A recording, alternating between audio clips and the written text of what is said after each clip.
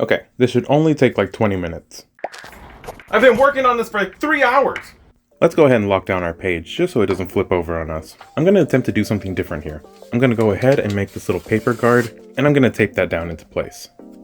And behind the page we're going to be drawing on, I'm going to add another sheet of paper. Now I'm doing this because I'm going to be trying to use this airbrush machine. I've had this sitting around and I can never get this thing to work. But today sounds like a good day to try to learn how to use it. I'm going to start by watering down some acrylic. The pink seems like a strange choice, but trust me.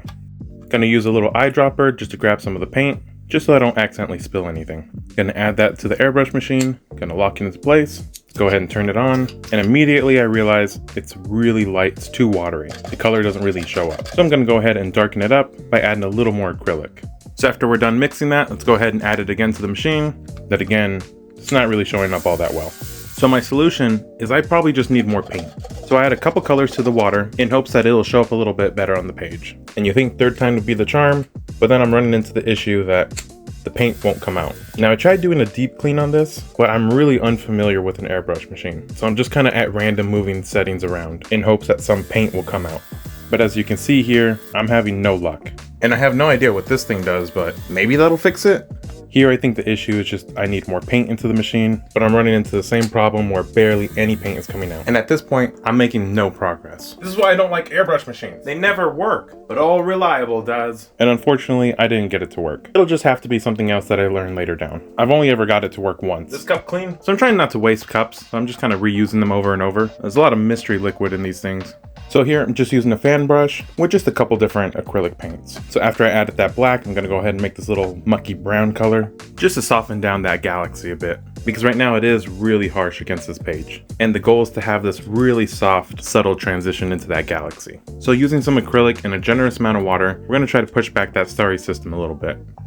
And to push it back even further, I'm gonna use a solid white, and this is gonna mix in a little bit with that brown. It's not gonna be entirely noticeable until after I weather the page. That's when a lot of these colors will pop up against each other. Gonna darken up a few spots here and there, and then afterwards I'm gonna weather the rest of the page. And because gouache paint does not go over any acrylic, I'm going to be adding an additional layer of a light brown acrylic, just so I have a much more organic looking color on this page. Afterwards, that same brown, I'm gonna water it down and just go over a couple extra spots to further soften up this drawing.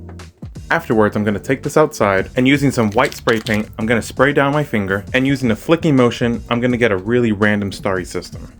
Once we let that dry for a second, we can come back in and darken up a few of these stars, and this will just give you a little bit of depth, just so it doesn't look too flat. After we darken up a few of those stars, we're going to come in and add a little bit of shine to a few stars at random. This will just give a variety of things to look at. Afterwards, we're going to draw in some of those shooting stars. And they're not necessarily shooting stars, it's more like a haze, but I'm going to call them shooting stars. And again, this is more just to add a little bit of texture to that page. Next up, we're going to go ahead and write out all the words. And as usual, I'm just going to go right through it. And once I finished up with the black text, let's go ahead and come back around with the red. And this is just saying that he should burn the page after he's done with it. And just so that red doesn't look too brand new, just a little bit of water just to smudge it a bit. And now that we got the page done, let's go ahead and start working on that UV. Now it's going to be the infamous axolotl, and I'm going to try my best to try to catch it on camera, but it is difficult to see. It's definitely much easier to see it in real life. And I might have gone a little overboard with that starry system, but that's kind of debatable, because I really like it. Okay, don't blink, I'm going to drop random lore. Book 1 was made in 2015 to 2016, Book 2 was made in 2023, and Book 3 was made in 2023 to 2024. And the only one still in my possession is Book 1.